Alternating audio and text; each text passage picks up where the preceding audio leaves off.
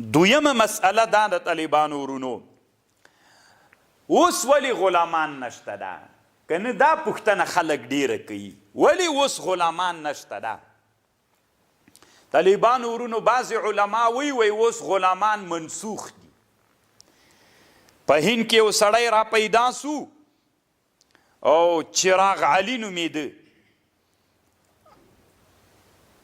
دی داسې دعوه وکړه د خبیث، د ویلې چې غلام چونکې کفارو غربیانو په اسلام ډېر اعتراضونه وکړل، چې اعتراضونه یې وکړل نو دی راجګ سو، د داسې ویلې چې هغه څه ده څه ورته وایي دا غلامیت څه ده، د اسلام په تندي باندې یو داغ ده، چې د اسلام په تندي یو داغ ده نو بس دې ته هغه سو چې دا منسوخ ده. په دې دلایل جوړ کړل، فکر کوم په دې باندې یو کتاب هم جوړ کړی ده، اعظم الکلام فی ارتقاء الاسلام په نامه باندې.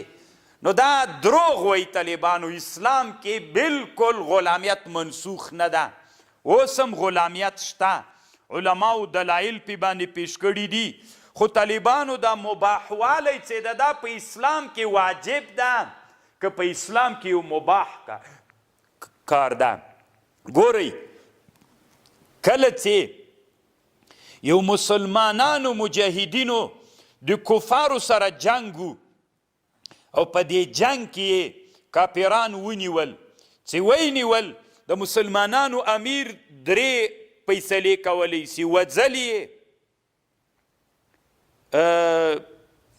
خلاصول یې د فدیې په مقابل کې، خلاصول یې بدون د فدیې په مقابل کې، غلام کول یې. دا درې واړه مرتبې لري ورته، خو دې درې واړو کې چې هر یو مختاري ده، نه واجب ده نه فرض ده، څوک ده؟ مباح ده. نو غلام نیول طالبانو په اسلام کې حکم یې څه ده؟ مباح. تاسې په خبر پوی کوي ځان طالبانو، بعضې زموږ زمانه کې بعضې ډېر تشدد کوي. غلام د موږ په زمانه کې څوک ده؟ مطلق غلام نیول مباح ده، خو امیر ته 4 فیصلې دي چې هر یوه کوي، بس د ده اختیار ده. ها اوس که څوک وایي چې دا منسوخ ده، دا د اجماع د امت مسلمه نه خلاف ده. اوس راځئ طالبانو یوې بلې مسئلې ته، هغه مسئله داسې ده چې طالبانو ورونو معاصرو کتابونو نم دفاع وکوي. وی ګورئ علامه دکتور وهبت الزحیلی العلاقات الدولية في الإسلام مقارنة بالقانون الدولي الحديث بین المللي قوانین او اسلام. طالبانو د دې په اړه جنگي قوانین، بین المللي جنگي قوانین او د اسلام قوانین، علامه دکتور زحیلی کتاب جوړ کړی، ډېر ښه کتاب د طالبانو، خصوصا د مونږ نظامی مجاهدینو دپاره چې په وزارت دفاع او فلانو ځایونو کې به دا کتاب دوی سره پروت وي او د دې په اړه باندې کتابونه وګوري تاسو طالبانو خبرې. غلامیت حرام ده نن په اسلام کې نه. څومره ښه مثال مې درته ویلی چې نن عصر کې غلامیت شته ده، حرام نه ده، په خپل حال باندې پاتې ده او منسوخ نه ده. خو طالبانو په دنیا کې د جنیوا او د جنیف په نامه باندې کنفرانسونه سوي دي. هلته دنیا په شریکه باندې په 1949 کال کې د دنیا په شریکه باندې په 1815 کې په دنیا کې یوه غونډه وسوله. دا غونډه داسې وسوله چې په دنیا کې به تجارت د غلامانو ځتي نور بند وي. تر 1815 پورې مو د غلامانو میدان ګرم و. بیا یوه شورا وسوله قد حرم التجار الرقیق، غلامانو تجارت حرام وګرځاو. دا د دنیا بین المللي قوانینو کې خبر درته کوم. او بل طالبانو 1949 کې و اتفاقیة جنیف قد منعت الاسترقاق إلا أن أكثر الدول المعاصر من الأوروبا والأمريكية ما تزال تميز بين. طالبانو دا خو د جنیف چې دوی ډېر یادوي، د دې د قوانینو نه هغه غلامیت په دنیا کې بند کړل سو.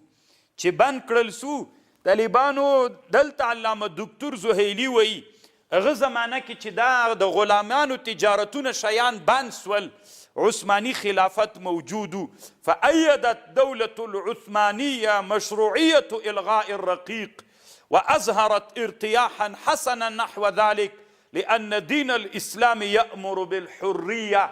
هغه زمانه کې عثماني خلافت هم دا خبره ومنله چې سیده ځکه طالبانو مسلمانان د کمزوري توپ په حالت کې ول مسلمانانو ته تاوان رسیده. لکه د نن زمانه کې بعضې جذباتیان وایي غلام ولې نسته ده.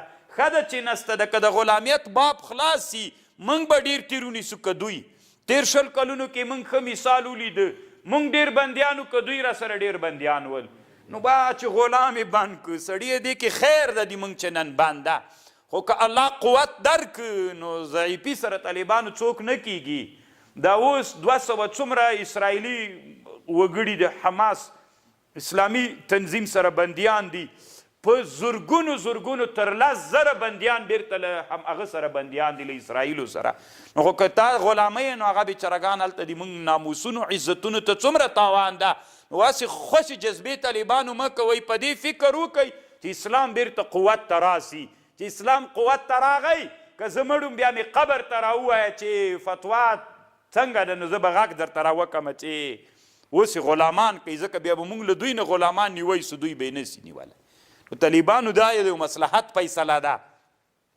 نو هلته عثماني خلافت ته خبر ومنل. علامه دکتور زهیلي وایي پر خپل کتاب کې ما تزالو تميز بين الجنس الأبيض والجنس الملون وتظل مشكلة التفرقة العنصرية تشجب السياسة الاستعمارية في الأفريقية وفلسطين ويعامل الزنوج في الأمريكية معاملة سيئة تمتد إلى إهدار كرامة الإنسان نفسها.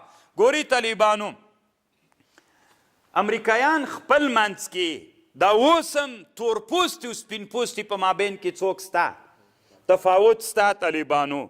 کله چې دویم جنگ جهانی وسو او بیا آخرینی جنگ جهانی وسو په دې جنگونو کې دوی کوم تعاملات کړي دي کوم کارونه یې کړي هغې باندې دی بحث کوي.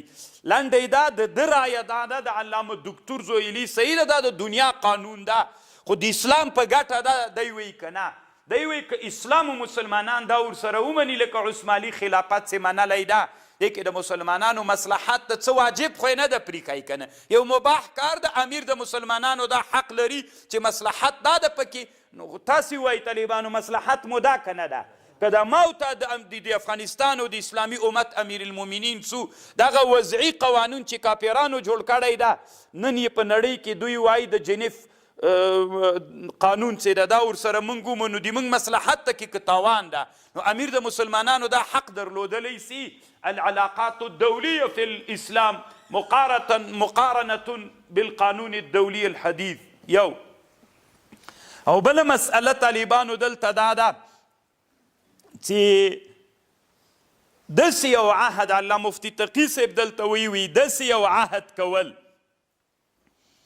چې مثلا کاپیرانو خو قانون جوړ ک او داسې ویلي چې د دې هغه نور څوک ده بند ده د غلامیت بازارو دا یو بل به غلام نه نیسو دا بند ده که زه صحیح ده دا بند ده دا چې بند سو